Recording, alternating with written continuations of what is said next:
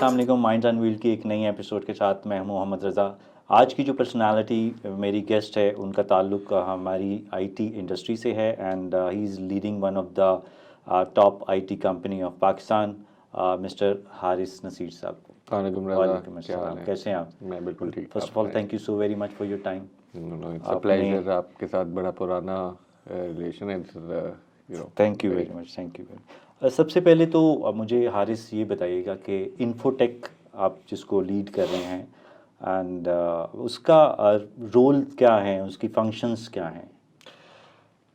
Infotech हमारी industry में आपका काफ़ी ताल्लुक भी रहा है आईटी इंडस्ट्री के साथ, तो आपको पता है कि वे डिफरेंट टाइप्स ऑफ बिजनेसेस हैं। कुछ इंफ्रास्ट्रक्चर रिलेटेड हैं, कुछ सॉफ्टवेयर रिलेटेड हैं, कुछ अदर सर्विसेज रिलेटेड हैं। तो Infotech is what is primarily what we call a system integrator. तो हम ये again around all domains of technology, whether that's software, whether that's consulting, that's infrastructure, putting together system, तो उन सारों को एक होलिस्टिक सर्विसेज प्रोवाइड करते हैं। प्राइमरली 3-4 इंडस्ट्रीज हैं जिनमें फाइनेंशियल सेक्टर जो है that's our leading industry. So banking है, कैपिटल मार्केट्स हैं, इंश्योरेंस इंडस्ट्री है। Then we work a lot in the power and energy sector. Airlines में काम करते हैं, तो इस तरह के enterprise public sector का बहुत काम करते हैं, so large enterprise project. So we're primarily an integrator that puts together various systems so that एक comprehensive digital value क्लाइंट्स को डिलीवर करें हम। तो यानी कि ये वो आपका वो सिस्टम वो नहीं है जैसे नॉर्मली हम समझते हैं कि जो आईटी कंपनीज पाकिस्तान के अंदर सॉफ्टवेयर डेवलप कर रही होती हैं।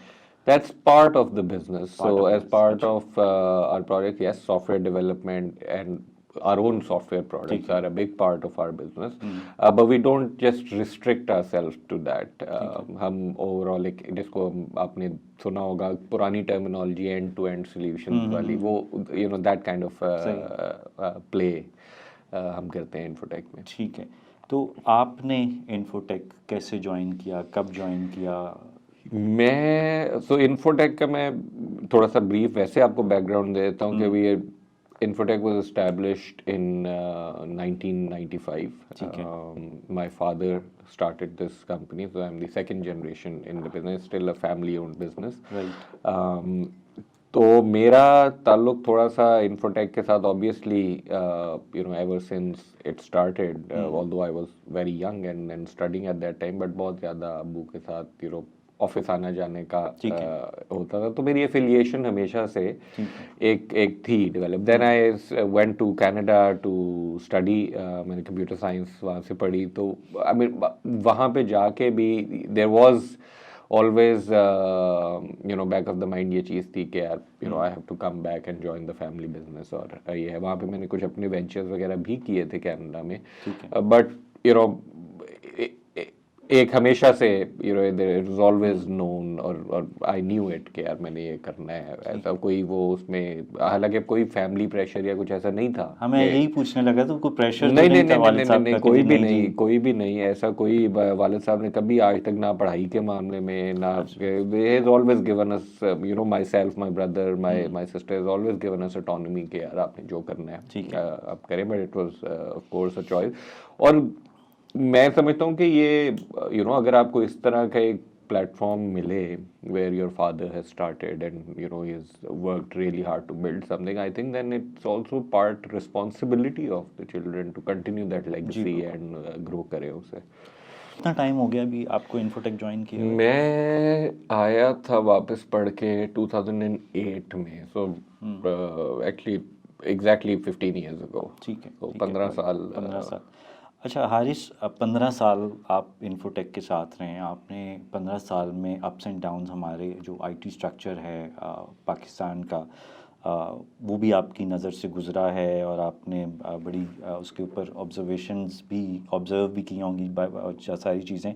हम देखते हैं कि हमारी जो नेबरिंग कंट्री है वो हमारे से आईटी सेक्टर के अंदर काफ़ी आगे जा चुके हैं और हम उसके कहाँ पे वो तो उस रेस का तो आई वुड से हम पार्ट भी शायद नहीं है। अच्छा। और नॉट जस्ट आईटी सेक्टर, आपने कहा ना आईटी सेक्टर में वो आगे जा चुके हैं. I think you know the correction needs to be made in every sector. Every sector क्योंकि अब आप आईटी एक तो से खैर है तो ऑब्वियसली स्केल का भी बहुत ज्यादा यू नो फर्क है, but you know you can't just scale is not the only thing that worked in their advantage. Policies, unka determination, finding the niche, you know, in the late 80s, early 90s, they found technology to be, you know, something that they can focus on and be a niche sort of export service for them. And then continuity of policy regardless of whatever governments came in India, अगर आप उसको study करें तो आप देखेंगे कि वो एक sort of national interest रहा है कि यार okay these are the strategic areas where we are going to pursue a favorable you know policy towards exports, and then of course that encompasses a lot of areas. कुछ policy वाले areas हैं, कुछ branding, imaging वाले areas होते हैं, lobbying होती है, you know a bunch of everything then leads to what it is today कि आज अगर वो 200 बिलियन की एक्सपोर्ट कर रहे हैं तो this is not an overnight thing, this is a you know 30-40 year journey जो कि कंसिस्टेंट पॉलिसी का वो रहा है. And you know if you take examples of other countries, so you know more comparable, जो मैं अब आजकल कहता हूँ कि a more you know comparable sort of economy would be you know something like Vietnam, Bangladesh. IT industry के हवाले से बात करूँ तो वो अब काफ़ी सिमिलर हैं where the Pakistani IT industry size is.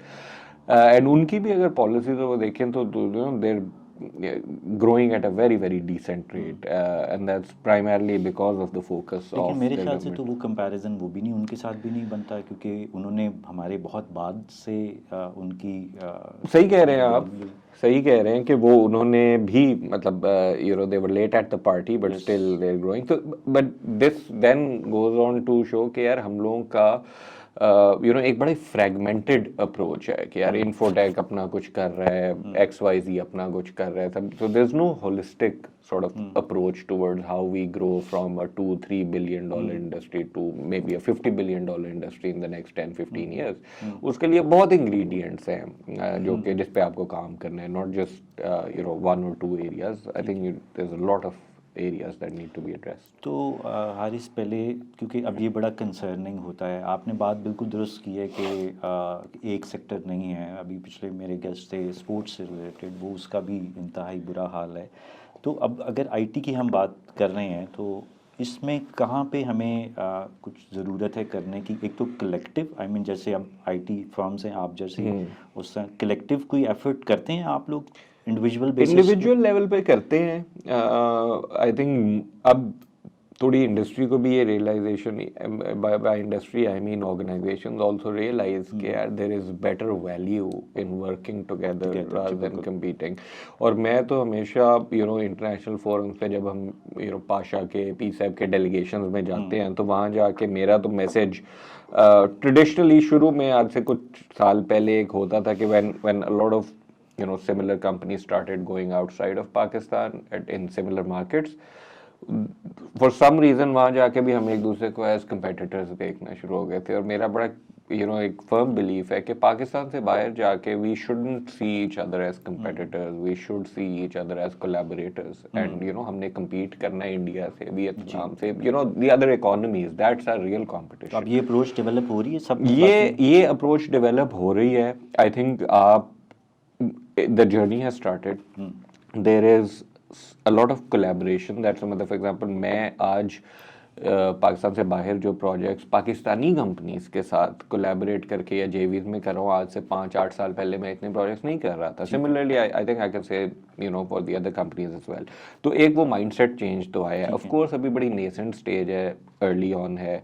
There will be you know a lot more maturity in this model that will come with time. Mergers, acquisitions, वो चीज़ें होंगी कि एक और पाशा के अंदर हम ये देखते हैं कि यार यू नो 100-200-250 बंदे की अगर 10 कंपनीज हैं, you know if collectively let's say 200 बंदे की 10 कंपनीज हैं, वो इंडिविजुअली ऑपरेट कर रहे हैं, there is a limit to what they can you know go out and get work for. Imagine कि वो 10 मर्ज करते हैं, यू सडनली 2000 पर्सन कंपनी, आपकी इंटरनेशनल मार्केट में कॉन्वर्सेशन ही चेंज हो जाती है, right? So these are the kind of things I think जो कि थोड़ा सा भी अर्ली स्टेजेस हैं इंडस्ट्री के इस स्पेसिफिक पॉइंट पे, but I think in the next few years you will see कि ये वाली चेंज भी आएगी and that will greatly help the country. ठीक है, मेरे ख्याल से जो भी आपने बात की है कि कलेक्टिव एफर्ट्स की, मैंने ये चीज़ एक लर्न की है पैसेज ऑफ टाइम के। एक टाइम होता था कि आप सोल स्टेप ले लेते थे, आप खुद करते थे और आप चल पड़ते थे, वो भी आप एक विद इन द सर्टन आप पैरामीटर्स के अंदर। लेकिन अब ज़रूरत है हमें कलेक्टिव एफर्ट की। इवन अगर आप individually with in the country भी बिजनेस कर रहे हैं तो कुछ कोलैबोरेशंस आपको बड़ा हेल्प करती हैं। बिल्कुल। और दूसरे देखिए एक और भी चीज़ है, बिल्कुल। एक तो I always say there is always value in collaboration, कुछ ना कुछ, even if you can increase 5% value for the client, that's value created, right? दूसरा ये है कि when you go and start doing larger projects, you know when you talking about transformational projects, के यार आप किसी गवर्नमेंट के ट्रांसफॉर्मेशन की बात कर रहे हैं या किसी बड़े एंटरप्राइज की ट्रांसफॉर्मेशन की बात करें, तो उसमें आपको multiple types of skill set चाहिए होता है। You no you will need people with infrastructure background, you will need people with software application background, you will need people with cyber security background, cloud, you know XYZ। और बड़ा मुश्किल है एक organisation के लिए ये पूरा स्किल सेट मेंटेन करना। I mean, it's possible, theoretically it's possible, you can hire and train people in all disciplines, but it's repetitive effort, right? If अगर for example एक साइबर सिक्योरिटी की अगर ज़रूरत है किसी एक प्रोजेक्ट में मुझे, so instead of hiring and developing my own team, I have relationships and collaborations with firms that specialize in cyber security. So I bring them along and we do projects in a collaborative way. और ये बड़ा successful model मेरे लिए तो at least बड़ा successful रहा है। That's really good. So that is something जो कि you know collaboration इस तरह की भी हो तो you know it will greatly improve our output. Haris, अभी हम बात कर रहे थे हमारे आईटी सेक्टर की स्टैंडिंग की, तो इसमें पॉलिटिकल इन्फ्लुएंस या कुछ नहीं, I thankfully you know it is a sector जो कि इस चीज से शील्डेड रहा है। कोई you know we haven't seen a lot of political influence in the IT industry या sector ऐसा। कुछ influence political या you know malintended influence projects के ऊपर तो जरूर हो सकता है। जब हम बात करते हैं कि यार ओके ऑटोमेशन से बहुत दुनिया पाकिस्तान के मसले सॉल्व हो सकते हैं, ट्रांसपेरेंसी आ सकती है, गवर्नेंस बेहतर हो सकती है, जो हमारे इदारे स्पेशली पब्लिक सेक्टर के इदारे जो परफॉर्म नहीं कर रहे उनको डिजिटल करके बेहतर बनाया जा सकता है। उन प्रोजेक्ट्स के रोल आउट में शायद वेस्टेड इंटरेस्ट हो लोगों के, जिसकी वजह से वो फ्लरिश नहीं करते उस तरह के प्रोजेक्ट्स या उनको सक्सेसफुल नहीं किया जाता है। You know there we can sit and discuss numerous examples of that, but the industry in general has not been a victim to any politicization, which is a very good thing. In fact, on the contrary, we have had some great political help also. ये you know Umar Saif साहब आजकल IT minister, comes from the industry, understands the challenge, मेहनत भी कर रहे हैं वो, you know उस डायरेक्शन में जा भी रहे हैं, so that's very helpful. इनसे पहले अमीन साहब जो थे वो भी you know very positive, industry को engage करते थे अपने साथ, सुनते थे, बात समझते थे, और I was you know very pleasantly surprised at his knack of how he understood the technology and the telecom industry, और उन्होंने बड़ा policy interventions भी किए। So from a political landscape in the past 4, 5, 6 years, I think the political leadership, especially in the IT ministry, MOIT, has played a very positive role you know for the industry, and that's very हमेशा से वैसे industry का रहा है कि taxes के मामले में टैक्सेस इम्पोज हो जाते हैं आपके जो सर्विसेज हैं उसके ऊपर, तो वो आपको इफेक्ट करता है, या वो बड़े रीजनेबल टैक्स होते हैं या इतने बनते हैं जो इतने दे देने चाहिए? देखिए टैक्स के मामले में मेरा एक पर्सनल व्यू पॉइंट है और एक फिर इंडस्ट्री जनरल का व्यू पॉइंट है।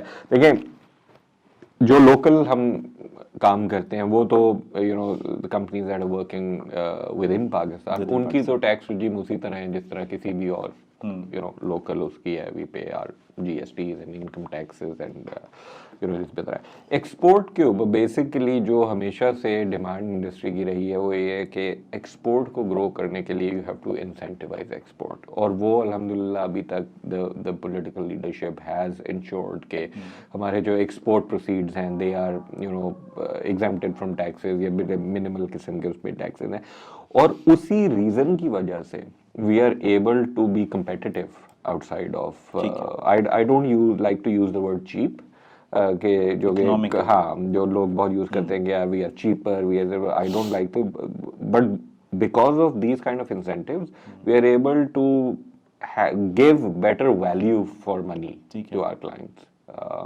We can remain competitive. किसी जगह जिधर it's strategic, you can absolutely go extremely competitive. तो उन चीज़ों में फ़ायदा होता है. And then obviously अब lately एक और challenge था जो कि गवर्नमेंट ने बड़ा अच्छा एड्रेस किया है. That has been कि हम लोग एक्सपोर्ट के अगेंस्ट हम लोग के बहुत ज़्यादा एक्सपेंसेस भी होते हैं outside of Pakistan. When you go into doing projects, you have to hire consultants, you have to hire subcontractors, आपके cloud की payments हैं, आपके software licensing की payments हैं, और ये सब कुछ obviously payments have to be made outside of Pakistan. So a challenge for us was कि यार जब हम पैसे पाकिस्तान ले आ जाते थे, let's say Infotech ने एक प्रोजेक्ट साइन किया और सारे प्रोजेक्ट की रेमिटेंस पाकिस्तान में आ गई. अब उस प्रोजेक्ट के लिए ही मैंने 10 कंसल्टेंट्स को, सब कॉन्ट्रैक्टर्स को पे करना in various parts of the world, and that was becoming a challenge कि यार यहाँ से पैसे रिमिट करना. इसीलिए आप सुना होगा कि बहुत ये खैर बात होती है कॉमन कि यार IT इंडस्ट्री जो है अपने पैसे पाकिस्तान से बाहर रखते हैं. इसमें बात में कुछ सच्चाई है, लेकिन उस स्केल की सच्चाई नहीं है जिस स्केल की के वो बोला जाता है. Because our majority bulk of our expenses are in Pakistan, our work force is here, our offices, our development centres, everything is in Pakistan.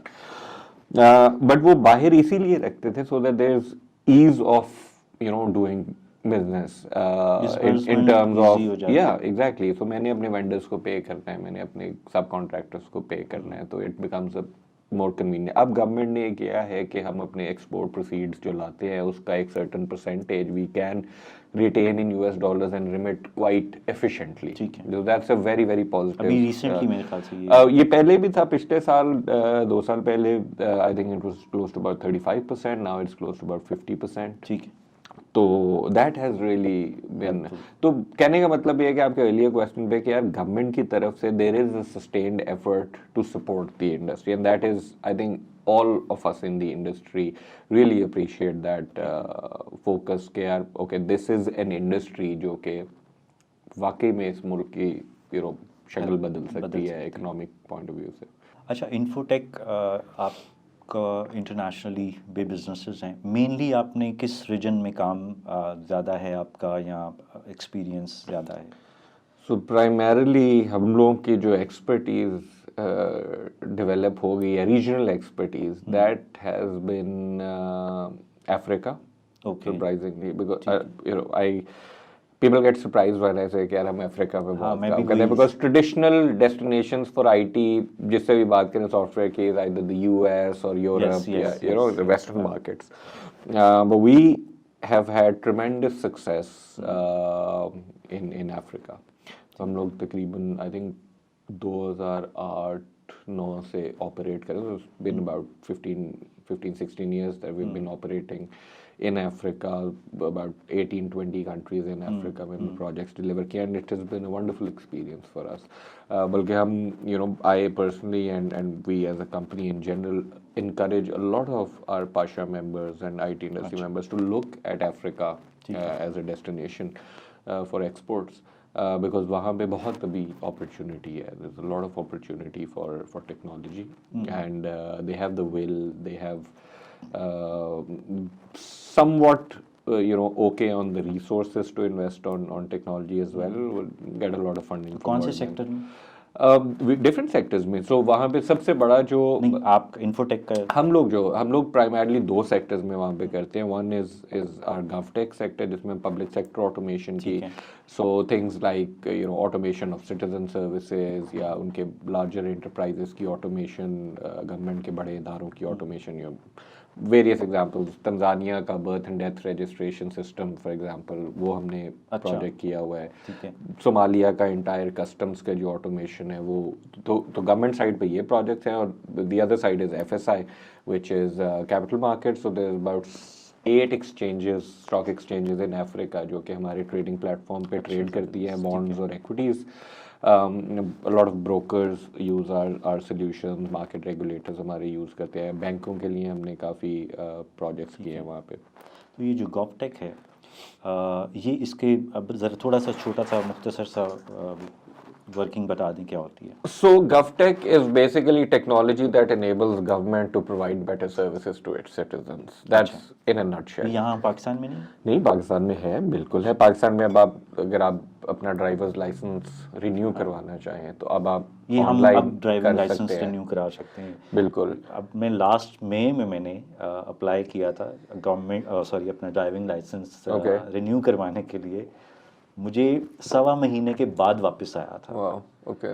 या तो मैं पूछना ही चाह रहा हूँ कि आप काफ़ी पहले से ये सर्विसेज उन रीजन्स को दे रहे हैं, तो हम आज क्यों हमारे सिटीजन्स को आज ये मिल रही है, उसकी कोई पर्टिकुलर रीज़न है? आई थिंक कोई पर्टिकुलर विजन अब जरा थोड़ा सा ब्राइट होना शुरू हो देखिए, गया। अब वो वाला टाइम भी वो वाला है अब, that no government can afford to be non digital anymore, right. आज से अगर 4-5 साल 6 साल पीछे चले जाएं तो जब स्मार्टफोन, और स्मार्टफोन तो क्या उससे भी काफी पहले आया था, but when there was a great proliferation of smartphone where you would see कि यार आपका, it wasn't just a device for the better sort of economic segment of the society, but आपने देखा कि यार आपके हर segment of society में smartphone penetrate कर रहा है। People were using YouTube and Instagrams and from all walks of life. You would find someone जो कि एक बड़ी कंपनी का सीईओ है, वो भी एक कर रहा है, और someone who is individual level पे या बिल्कुल मैसेज के अंदर भी वही टेक्नोलॉजी। तो उसने एक यूज केस तो प्रूव कर दिया कि the ability for people to use smartphone is there. अगर एक बंदा जो कि पढ़ा लिखा नहीं भी है, he is still able to use the smartphone effectively. अब ये रियलाइज वो टाइम था when a lot of companies like us also started to lobby the government कि जी आपका, now you just need to think about how to digitize the process for them or how to make use of this smartphone and this digital technology to provide better services to them। और फिर obviously वहाँ से शुरू हुआ, projects भी आए, लोगों ने करना भी शुरू किया, vision भी था, एक support भी थी इंडस्ट्री की भी, गवर्नमेंट की भी, but obviously everything takes time, especially अगर आप पिछले 50 60 70 साल से एक legacy पे काम चल रहे हैं तो उसको transform करना into a totally digital will take a little bit of the silver lining out of COVID was कि जितने भी उसने तबाही फैलाई वो aside, but one silver lining out of COVID was कि ये जो transformation थी ये बड़ी तेजी से करनी पड़ी। 5 साल बाद काम होना था वो 1 साल बाद। बिल्कुल। तो यहाँ पे ये coming back to the original question, digital citizen services, NADRA है, पासपोर्ट्स हैं, वेरियस अदर गवर्नमेंट इंस्टीट्यूट्स हैं, वो ऑलरेडी इस जर्नी पे कर रहे हैं काम। जो गॉवटेक टाइप सर्विसेज हैं आप अफ्रीकन रीजन में दे रहे हैं, तो पाकिस्तान में भी कुछ सर्विसेज हैं? पाकिस्तान में हमने किए हैं, पाकिस्तान में हमने गवर्नमेंट की ट्रांसफॉर्मेशन के प्रोजेक्ट्स किए हैं, हमने एफबीआर के साथ काम किया है, नादरा के साथ थोड़ा बहुत काम किया है, इस तरह के डिफरेंट ऑर्गेनाइजेशंस और इदारों के साथ यहाँ पे काम किया है। बट पाकिस्तान में काम करना आसान है या बाहर? मैं यही करने लगा आंसर करने लगा था, but to be honest it is quite difficult working in the Pakistan public sector, not because एक general perception ये है कि यार वहाँ पे बड़ी करप्शन है और बड़ा ये है और बड़ा मुश्किल है और पैसे के दिए बगैर काम नहीं होता। मेरे एक्सपीरियंस में रजा that has not been the case।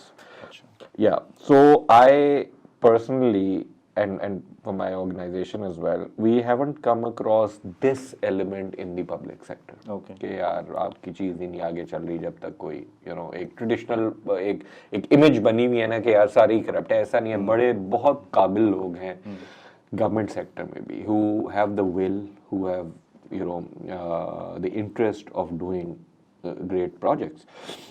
जो प्रॉब्लम फेस होती है ना, प्रॉब्लम आती है दो चीज़ों पे। एक के सिमिलर माइंडसेट को ट्रांसलेट करना into the lower ranks of the government institute. So the CEO, CFO, CHRO would have great vision, great will. But जब तक वो आप सेकेंड, थर्ड, फोर्थ लेयर तक जाते हैं जिन्होंने एक्चुअली ग्राउंड वर्क करना है उन प्रोजेक्ट्स का, वहाँ पे अगर वही वाली विल और विगर नहीं है तो फिर आपको तंगी आना शुरू हो जाती है प्रोजेक्ट्स में। तो एक ये वाला वो रहा है। एंड उसके we can go and debate कि यार उसके वजूहात क्या हैं, कि कोई परफॉर्मेंस मैनेजमेंट का मैकेनिज्म नहीं है। मैं तो हमेशा कहता हूँ कि मैं जब भी गाँव जाता हूँ, कहीं जाता हूँ ना, तो सबसे पहले सब कहते हैं ये if I can use Punjabi, तो कोई मिलता है जो जिसने भी ग्रेजुएट किया होता है तो उसके माँ बाप की रिक्वेस्ट होती है यदि कोई गवर्नमेंट की नौकरी लवा दो। जी जी जी जी जी। अब वो क्या कॉन्सेप्ट, वो कॉन्सेप्ट ये है कि जी एक दफ़ा गवर्नमेंट की नौकरी लगी, अब आपकी परफॉर्मेंस पे कोई चैलेंज नहीं करेगा, वेदर यू आर परफॉर्मिंग और not, you are gonna get salary. तो वो माइंडसेट जब एक इंस्टीट्यूशनलाइज हो जाए तो फिर वो प्रॉब्लम होती है। अच्छा, इंटरनेशनल लेवल के ऊपर जब आप प्रोजेक्ट्स कर रहे होते हैं तो ऑब्वियसली आपको फ़ॉरेन या बैनुल-अक़वामी सतह के ऊपर कुछ कोलैबोरेशंस की भी ज़रूरत पड़ती है, बाहर की कुछ टेक्नोलॉजी, जिसमें अभी आपने कहा कि अगर आप इतने ज़्यादा खुद कफ़ील नहीं होते तो इंटरनेशनली आपकी कुछ कंपनीज़ के साथ कोलैबोरेशंस वगैरह हैं? बिल्कुल बिल्कुल है। देखिए दो तरह की कोलैबोरेशन होती है इंटरनेशनल, उसके अंदर एक तो आपके टेक्नोलॉजी सप्लायर्स होते हैं, ठीक है। So those are companies like the IBMs and Microsofts of the world. उनकी आप टेक्नोलॉजी यूज करके you're building ये हार्डवेयर की बात करें? Not just hardware.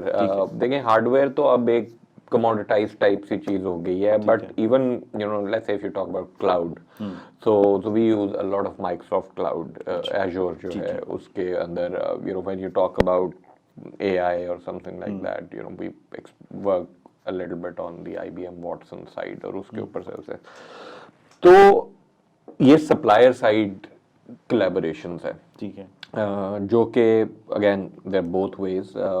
Some of their clients they want technology which is developed by us, and then when we go to our clients we use a lot of the IBM and Microsoft and these vendor technologies to do projects. दूसरी collaboration है जो कि हमारे project delivery या इस तरह की collaboration, because obviously when you go to other regions, एक सबसे बड़ा कंसर्न जो क्लाइंट का होता है वो ये कि ओके आप प्रोजेक्ट तो कर लेंगे, साल डेढ़ साल में प्रोजेक्ट कंप्लीट हो जाएगा, what after that, and these enterprise and these public sector projects they are designed to at least at a 10 to 12 year horizon, कि यार ये जो आज हम implementations कर रहे हैं ये अगले 10-12 साल इन्होंने मेंटेन होने इन सिस्टम्स में चलना है, बिकॉज यार लार्जर प्रोजेक्ट हर दूसरे तीसरे साल आप अफोर्ड नहीं कर सकते कि यार आप स्क्रैच से दोबारा। तो उसके लिए we develop partnerships with local IT companies उस रीजन के। सो फॉर एग्जांपल अफ्रीका की मैं आपको एग्जांपल देता हूँ, बिकॉज हम लोग काफ़ी ऑपरेट करते हैं वहाँ पे। तो वहाँ Kenya, Tanzania, Ghana, Uganda, Rwanda, Somalia, in all these countries we have partnerships with वहाँ की जो लोकल आईटी कंपनीज हैं। वो प्राइमरली दो रोल्स हमारे लिए करते हैं। एक तो they do a bit of client management for us, just making sure that everything, नई अपॉर्चुनिटीज क्या आ रही है, क्या चल रहा है, because on the ground intelligence जो है वो बड़ी ज़रूरी है। दूसरा is the support part, where our engineers they go and deliver the projects, but then our delivery center, development center, support center is based in Pakistan. तो level 1 support जिसे हम कहते हैं वो हम अपने local partners को enable करते हैं। ठीक है। We are a company based in Nairobi. We have these 10 clients in Nairobi. These are the products that they're using. उनको कोई भी इसके अंदर support चाहिए तो level 1 support is provided by our local man. तो ये इकोसिस्टम एक फिर आपका पार्टनर नेटवर्क का इकोसिस्टम बन जाता है जो कि प्राइमरली सपोर्ट एंड सेल्स के लिए यूज होता है। तो ये दो टाइप की कोलैबोरेशन हम लोग करते हैं। ठीक है, when we राइट। तो इन कोलैबोरेशन का एक कंपनी को तो फ़ायदा हो रहा होता है, तो आपका लेट्स सपोज के कंट्री को, पाकिस्तान को क्या अल्टीमेटली फ़ायदा है, प्लस आपका जो रिसोर्स है, जो आपका मैन पावर है, उसको कितना बेनिफिट होता है? स्पेसिफिकली अगर आप कहेंगे उसमें से कोई फ़ायदा कंट्री लेवल पे या ढूंढने की कोशिश करेंगे तो शायद मुश्किल हो जाए उसको पॉइंट आउट करना। द बिगेस्ट फ़ायदा है इसके, the more I can collaborate in different regions, the more projects I can do, the more projects that I do, the more revenue that I generate, the more export proceeds I bring into the country. So एक तो cascade effect वो वाला है ना।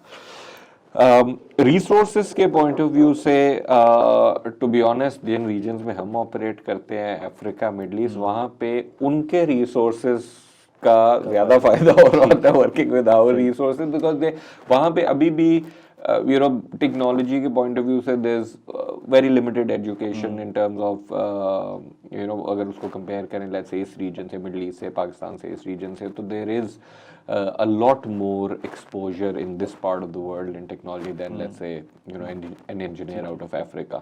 तो वो हमारे resources generally ज़्यादा trainings और you know knowledge transfer कर रहे होते हैं। वहाँ पे तो मेरे ख्याल से लैंग्वेज बैरियर भी होता होगा अफ्रीका में। Not really language barrier because most of them speak English. Africa बड़ा clearly divided है तीन languages में, दो तो बड़ी distinct हैं, French and English. So जो English colonies थी British Empire के टाइम पे, वो they obviously they have the English legacy, और the French colonies थी वो उनके पास French legacy, and then there are a few pockets जिधर Portuguese बोली जाती है. But generally across the continent, you would see that the English proficiency is very good. So we haven't had any big problems in terms of language in Africa almost. और जो अब जो नई generation है वो तो you know the multilingual, वो Swahili भी बोलते हैं, फ्रेंच भी बोलते हैं, अंग्रेजी भी बोलते हैं, you know वो इस तरह के हैं। अच्छा, अब आपके काम बड़ा टेक्निकल काम है, ऑब्वियसली आपको उसमें रिसोर्सेज की ज़रूरत रहती है ऑन एंड ऑफ, बल्कि रेगुलर बेसिस के ऊपर। अब यहाँ पे इस इंडस्ट्री में रिसोर्सेज की स्टेबिलिटी कितनी है, और उनका एटीट्यूड क्या है, बिहेवियर क्या है, कि जी सीखना है, नहीं सीखना है, या बस अपनी मर्ज़ी करनी है? ये बड़ा इंटरेस्टिंग क्वेश्चन है और इसका बड़ा स्ट्रेट फॉरवर्ड आंसर नहीं है। तो मैंने क्योंकि ना पिछले like in the past 15 years I have seen this change within my organization when I joined. So every year we take fresh graduates और उनको induct करते हैं in different disciplines of the organization. People think कि IT company में शायद सिर्फ software developers ही की hiring होती है, but there are a lot of other functions, you know sales, pre sales, delivery, project management, बहुत इंडक्शंस होती हैं। तो आई रिमेंबर 2008 में जब मैं वापस आया था तो we started working in the sales team. Didn't have the current position obviously, so I wasn't ready for it. You know, we had other directors who were managing this role. तो मेरे साथ you know ग्रेजुएट्स थे UCP के, fast के, एक दो lumps के, इस तरह के ना इकट्ठी टीमें डेवलप होती थी। सितंबर अक्टूबर में इनटेक होता था एंड देन डिफरेंट यूनिवर्सिटी से करके। तो मेरा बड़ा अच्छा एक्सपीरियंस उस वक्त का उन लोगों के साथ रहा। Everyone was very eager on learning and understanding यार हाउ द इंडस्ट्री ऑपरेट्स। और मैंने एक देखा था कि सारी कॉन्वर्सेशंस जो हम लोगों की, जो you know the fresh graduates as well as the managers and everyone, the conversations were all around which career path to take, what trainings to do, what you know various business areas to explore. और longevity थी लोगों की career thought के अंदर उस वक्त के, यार 3-3, 4-4, 5-5 साल people would stick around. ठीक है। And then of course grow into other organizations. You know 15 years forward, आज मैं ये देखता हूँ कि मैं जब अपनी HR के साथ बैठ के डिस्कस करता हूँ तो नंबर 1 प्रॉब्लम इज इटरेशन, कि जी वो 1 साल का एक्सपीरियंस है, वो आया है जी, उसको वो अब उधर से ऑफर आ गई है तो वो कह रहे हैं जी मैं उधर जा रहा हूँ, अब मेरी आप मैच करें सैलरी या यू नो एक्सीड करें। बड़ी फनी स्टोरीज भी हैं इसकी, अगर you know if you have time तो मैं एंड पे आपको बता दूंगा। तो एक ये वाला मैंने शिफ्ट देखा है फ्रॉम दी 15 अगो वाली generation that was coming into the workforce, और आज पिछले 1-2 साल में। और जहाँ पे हमने कोविड के भी सिल्वर लाइनिंग की बात की, तो जो द मेडिकल तबाही दैट कोविड क्रिएटेड वो असाइड, ये वाली भी एक एथिकल सॉर्ट ऑफ, मैं तो कहता हूँ कि फेलियर हुआ है वर्कफोर्स के अंदर कोविड के अंदर, where people found an opportunity where they were not sitting in offices, so they would work for multiple people at the same time. बहुत ज़्यादा हुआ है ये, हर कंपनी ने फेस किया है मूनलाइटिंग, यार मेरे पास भी एम्प्लॉयड है वही बंदा, वो इनके पास भी एम्प्लॉयड है उनके पास भी employed, because everyone was working from home, कोई रिमोट, कोई ऑफिस, वो स्ट्रक्चर नहीं था, people took opportunity of that, which is fine if you can maintain that ethical and moral boundary कि यार जिसके साथ आप काम कर रहे हैं, आइडियल सिनेरियो में तो you should tell those people कि मैं ये भी काम कर रहा हूँ। And second, you don't let one thing affect the other. ये हमने बहुत ज़्यादा देखा, पीपल स्टार्टेड मिसिंग मीटिंग्स, नहीं आ रहे। अब ऑब्वियसली एक बंदा जो जैसे 6-8 घंटे मेरे साथ काम कर रहा है, 2-4 घंटे किसी और को दे रहा है, फिर 2-3 घंटे कोई ऑनलाइन फ्रीलांसिंग कर रहा है। अब there is only limited energy जो आप दिन में स्पेंड कर सकते हैं, और वो फिर ट्रांसलेट होनी शुरू हुई वर्ड में। खैर, coming back to the original question कि यार वर्कफोर्स के क्या चैलेंजेस हैं, तो एक ये वाला मैंने देखा है fundamental shift where the economics of job have become the primary decision making parameter for the workforce. Learning, growth, वो सारी चीज़ें उतनी उतनी इम्पोर्टेंस उनको नहीं दी जा रही जितनी लेट्स से आज से 10-15 साल पहले दी आई थी। और ये मेरे ख्याल से थोड़ा सा एक ये फंडामेंटल फैब्रिक ख़राब करता है वर्कफोर्स का। यानी कि काफ़ी इश्यूज, रिसोर्सेज के इश्यूज इस सेक्टर में ये वाले आ रहे हैं। लोगों का टेम्परामेंट काम करने का नहीं रहा शायद। नहीं, काम करने का टेम्परामेंट तो रहा है, ये नहीं है कि लोग काम नहीं करते या मेहनत नहीं कर रहे, वो मेहनत कर रहे हैं, बट ज़्यादा से खूब खूब से खूब, और everyone is looking for a shortcut to a jump। ठीक है, कि यार मैं आज वर्कफोर्स में एंटर हुआ हूँ, 1-2 साल रहा, उसके बाद मेरी ये सैलरी होनी चाहिए, फिर मैं ये होना चाहिए वो, और कोइंसिडेंटली इसको एग्रीवेट हमारी इकोनॉमिक कंडीशन। मैं अगर एक एग्जांपल दूं कि एक बच्चा जो कि आज से 5 साल पहले 50,000 रुपये पे था, और फ्रेश ग्रेजुएट इस पे हायर होता था 50-60 हज़ार रुपये पे, और वो उसको 1.5 लाख रुपए पे पहुंचने में 3 साल लग जाते थे। आज वो टाइम पीरियड कम हो गया, लेकिन आज उस 1.5 लाख की इकोनॉमिक वैल्यू भी उसके लिए कम है। तो आई डोंट ब्लेम देम कि यार ये है, बट एक जनरल इफेक्ट उसका ये आ रहा है कि वर्क थोड़े से एथिक्स और मॉरल्स कॉम्प्रोमाइज हो रहे हैं, डायरेक्टली इनडायरेक्टली दोनों तरह से प्रॉब्लम। करेक्ट। तो रिमोट वर्क, फ्रीलांसिंग, इन्होंने क्या किया कि जब करेंसी आपकी डिवैल्यू हुई है, तो they found great economic benefit in working for US dollars. अच्छा, कि यार मैं फ्रीलांसर, अगर लेट्स से मेरे पास कोई 2-2.5 लाख रुपए पे करता था, which is considered a very decent salary pre Covid. अब वो अगर let's say $1,000 that $600,000, just example में, तो अब वो मेरे लिए एज ऑर्गेनाइजेशन उसको फॉरन मीट करना, बिकॉज उसका इम्पैक्ट मेरे बाकी 700 लोग, तो उसकी वजह से बात है, वो खरबूजे ने खरबूजे बिल्कुल। तो वो आईटी इंडस्ट्री में the cost of HR has tremendously increased over the past 2-3 years। इसमें जो इंटरनल ग्रूमिंग होती है आपकी, जो जिसमें कुछ ट्रेनिंग्स आ जाती हैं, कुछ और भी चीज़ें आ जाती हैं, वो भी हैं। बिल्कुल। so there are two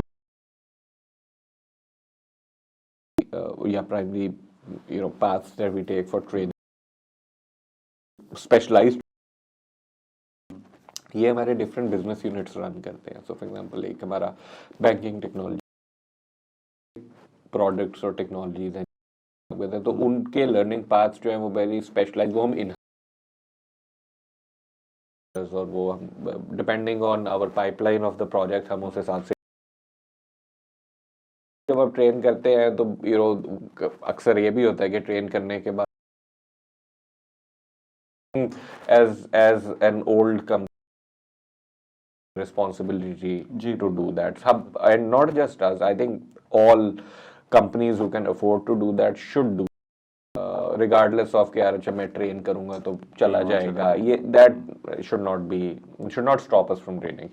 दूसरा ट्रेनिंग प्रोग्राम है जो हम ये पाशा और ये टेक लिफ्ट और इस तरह के प्रोग्राम्स हैं, उनमें we don't directly contribute into those programmes, but we take a lot of resources from those programmes. तो ये जो मैंने अर्लियर पॉइंट था कि यार गवर्नमेंट की तरफ से बड़ा पूछा, एक बहुत ही अच्छा इनिशिएटिव ये भी गवर्नमेंट का है कि they are spending a lot of money on technology trainings, and that has worked, that's really good for the industry because हमें training पे और पे as organizations कम spend करना पड़ता है, both time and money, but still ये with all of them, notwithstanding the things that are happening, there is a great dearth of resources. अभी भी बहुत कमी है. जिस रेट पे हम potentially grow कर सकते हैं उस रेट पे हम HR प्रोड्यूस नहीं कर रहे. साल का देयर आर वेरियस फिगर्स जो आपको मिलेंगे, 30,000 से लेकर 50,000 के दरमियान में कोट करते हैं लोग कि अब this is the number of graduates that we are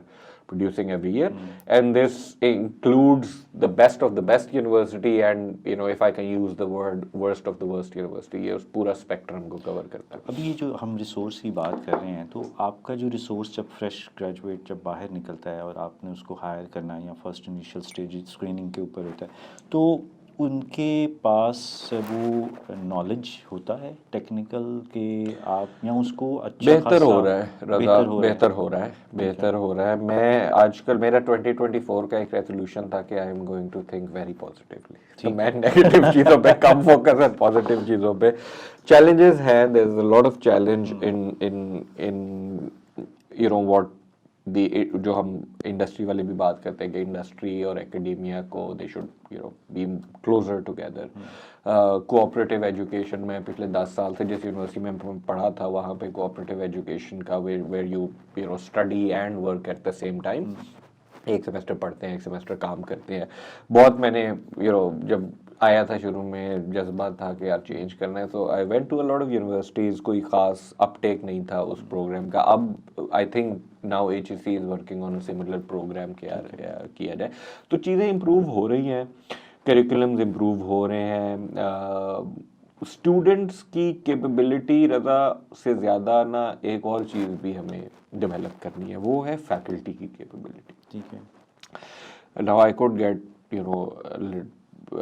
negative sort of on this backlash और कर सकते हैं, बट हम जब भी एग्जांपल्स देते हैं ना तो हम आउटलायर्स तो नहीं मैं कहूँगा, बट हम टॉप 5-10% ऑफ द पिरामिड की हमेशा एग्जांपल देते हैं. हम फास्ट की एग्जांपल देंगे, NED की, UAT की, great universities, great people, no doubt about that, but collectively ये सारे 4-5-6 हज़ार टॉप वाले ग्रेजुएट्स पे काम करें, जो the rest of the 20,000 graduates जो कि रूरल एरिया से भी आ रहे हैं या सेमी डेवलप्ड एरिया से आ रहे हैं या दूसरे टियर 2 टियर 3 सिटीज से आ रहे हैं, tier 1 2 and 3 I mean in terms of sizes and not in terms of their value, वहाँ पे फैकल्टी के बहुत चैलेंजेस हैं.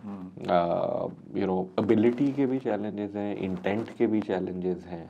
वेरियस शहरों में जाके यूनिवर्सिटीज़ में मुलाकात होती है तो आपको पता लगता है कि यार ओके स्टूडेंट्स में जितना भी पोटेंशियल हो, इफ़ यू आर नॉट, वो डायमंड वाली चीज़ है कि अगर आप एक रफ डायमंड ले लें और उसको किसी अच्छे कारीगर को दें तो वो उसको बड़ा नफीस हीरा बना देगा, और अगर आप किसी लेमैन को दे देंगे तो वो उसको तबाह कर देगा. There has to be the right kind of environment for children to flourish. इसमें फिर कहाँ पे हम इसको रेक्टिफाई कैसे कर सकते हैं? देखिए ये रेक्टिफाई, नंबर 1 चीज़ तो रिकग्निशन है. आई think all areas of the political, the bureaucracy, various department, the education sector, I think all of them at least realize कि ये challenge है.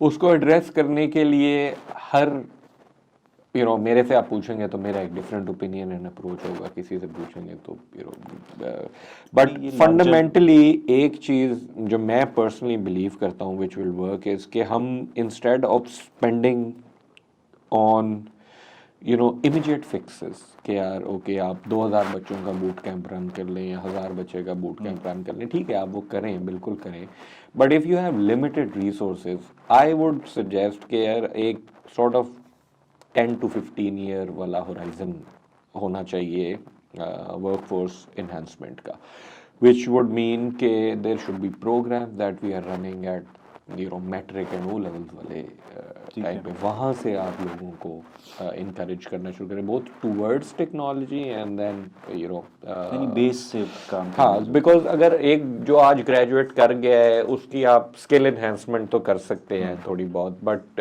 यू नो जो लॉन्ग टर्म इफेक्ट्स आएंगे वो ये है कि आप थोड़ा सा ग्रास रूट लेवल से शुरू करना पड़ेगा, और देन वो हमने बात की पॉलिसी कंसिस्टेंसी की कि ओके यार you know the IT minister and the minister of education ने कहा ओके यार ये हमने 10 साल का प्रोग्राम प्लान कर लिया, over these 10 years we are going to work on 1 million students जो कि आज यू नो 8वीं जमात से लेकर 13वीं जमात तक है। स्टार्टअप्स हमारे यहाँ पे बहुत रैपिडली बन रहे हैं, हम जो कि बहुत अच्छी बात है कि बनना चाहिए। तो आपको ख्याल में एक यंग बच्चा यूनिवर्सिटी से ग्रेजुएट करता है और वो अपना कोई एक नई कंपनी खोल लेता है या स्टार्टअप स्टार्ट कर लेता है, तो इज़ दैट गुड या कुछ थोड़ा सा कुछ देखिए फंडामेंटली तो it's very good, I am a big proponent of entrepreneurship, I think people should be, हम अपनी कंपनी में भी यही कल्चर करते हैं कि we don't you know even are old people that work for us, you know, we encourage them whenever someone comes and say कि जी मैं छोड़ दूँ मेरा पहला साल किसी दूसरी कंपनी में जा रहे हो या क्या है, and if they say कि no I'm thinking of venturing out myself,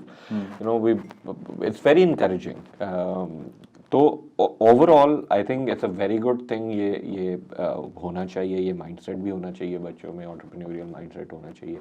however उसकी जो अप्रोच है वो मैं थोड़ा सा डिसएग्री करता हूँ जिस तरह यहाँ पे स्टार्टअप्स वो कर रहे हैं। एक तो I think if you look at people start equating startups with the Facebooks and Google, right, कि यार वो 1 2 4 those are very limited examples इस तरह के, you know आप even if you talk about the top 50 such ventures, they're still extremely limited in number, और वो वही वाली success या वही वाला return जो है वो हर startup पे apply नहीं हो सकता, और I would say उसमें I'm not trying to take away anything from them, but I think उसमें partly you know right place right time right kind of people, luck a little bit, ये सब factors play in करते हैं। तो एक चीज़ जो startups में देख रहा हूँ कि जो फ्रेश ग्रेजुएट स्टार्टअप्स हैं ना, I don't sort of encourage that route, मैं ये ज़रूर encourage करता हूँ कि यार आप 2 3 4 5 6 साल एक स्ट्रक्चर्ड वर्कफोर्स में जाएं, डिफरेंट तरह के कस्टमर्स से मिलें, डिफरेंट तरह के लोगों से काम करें, आपका थोड़ा सा एक्सपोजर बनेगा, and then you will have you know a better chance of making a successful startup, you know problems identify करना आपके लिए आसान होता है when you're working you know across multiple industries, या आप 4-5 साल अगर आपका वर्क एक्सपीरियंस है, you learn a lot of things which then you can you know apply to के बारे में आइडिया हो जाता है कैसे प्रोसेस के बारे में कि यार एक यू नो काफ़ी ये स्टार्टअप्स के साथ मैं जब मिलता हूँ मेंटोरशिप वगैरह के लिए आते हैं या ये डिफरेंट प्रोग्राम्स के अंदर, तो मैं देखता हूँ कि कुछ बड़ी बेसिक चीज़ें रज़ा मिसिंग होती हैं, यू नो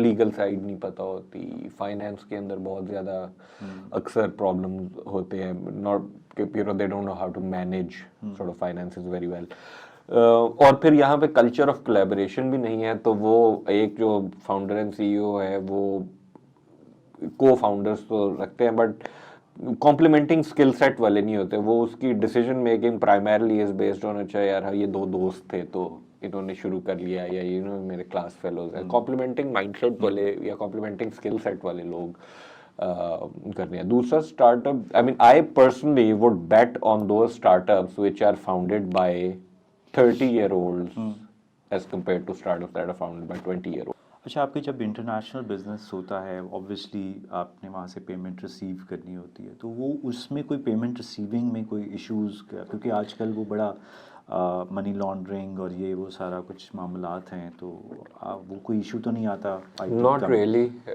नॉट रियली। देखिए, अगर आप सीधा काम कर रहे हैं, लेजिटिमेट काम कर रहे हैं, you have the right documentation to back whatever is happening, then there is no challenge. Yes, the bank जब भी अभी कोई रेमिटेंसेस आती हैं, the bank bank asks us के ओके ये किस मद में आ रही हैं, क्यों आपको इन्होंने पैसे भेजे, you provide them copies of your contract and there is a whole remittance का फॉर्म है जो उसको रिटायर करने के लिए यूज़ करते हैं। तो if your documentation and if you doing work that is above board, कोई ये प्रॉब्लम एडिशनल नहीं है। काम हो जाता है ना, फिर भी आपको कागजात देने सारे, जो कि नेसेसरी पूरी दुनिया में शायद कहीं ना होता हो। पूरी दुनिया में नहीं, पूरी दुनिया में भी होता है वैसे, ऐसा नहीं है कि AML laws are pretty strict around the world. I mean, we operate with banks outside of Pakistan as well, Singapore में, लंदन में, वहाँ पे भी KYC की, AML की रिक्वायरमेंट्स बाय एंड लार्ज उसी तरह ही हैं जिस तरह पाकिस्तान में। Yes, there is a lot more flexibility in managing and moving your funds, but अगर मेरे लंदन ऑफिस में एक रेमिटेंस आ रही है अफ्रीका से, तो वो जरूर पूछते हैं कि यार ये केनिया से आपको क्यों पैसे आ रहे हैं, देन वो वाली वो and I think it's fundamentally fair for the bank and or the regulators to ask यार आपके पास पैसे आ रहे हैं, कहाँ से आ रहे हैं, आप बताएं। इस इंडस्ट्री को ज्वाइन करना चाहते हो, कोई मैसेज ओवरऑल, कोई यंगस्टर्स को मैसेज आपकी तरफ से? क्लीशे क्वेश्चन होता है ये हर एंड पे। देखिए, मैसेज फंडामेंटली यार रज़ा एक दो मैसेजेस है। एक तो एक्सपीरियंस का कोई there is no sort of replacement to experience. तो एक वो चीज़ नए जो भी वर्कफोर्स में एंटर हो रहा है उसको ये चीज़ थोड़ा ज़हन में रखनी चाहिए कि यार it will take 5 years for you to be 5-year experienced resource. It can't be done in 2 years. It can't be done in 3 years. Dedication and honesty to the work that you're doing, to the organization that you're working for, to the country that you're working in. Thank you so very much, Haris, for your time, for your precious discussion. Hope के आपने भी session को enjoy नहीं, बड़ा किया। अच्छा हो रहा। Thank you for having me over. बड़ा ही इंसाइटफुल हुआ है, and I wish you all success with your podcast. कोई मैं भी शॉर्टकट के चक्कर में नहीं हूँ। हाँ, नहीं, आई सॉ, मैं बल्कि आपका पहले वो उमर का पॉडकास्ट देखा था, उमर जबीर का, तो very nice topics that you are selecting, तो इंशाल्लाह अल्लाह आपको भी और सक्सेस दे। Thank you very much, thank you. तो जनाब, ये थी मेरी आज की एपिसोड। उम्मीद है कि आपको पसंद आई होगी। काइंडली अपना फीडबैक कमेंट सेक्शन में ज़रूर शेयर कीजिएगा, चैनल को सब्सक्राइब कर लें और वीडियो को लाइक करें। इंशाल्लाह नेक्स्ट टाइम किसी और नई वीडियो के साथ आपकी खिदमत में मैं दोबारा हाजिर हूँगा। तब तक के लिए अल्लाह हाफ़िज़।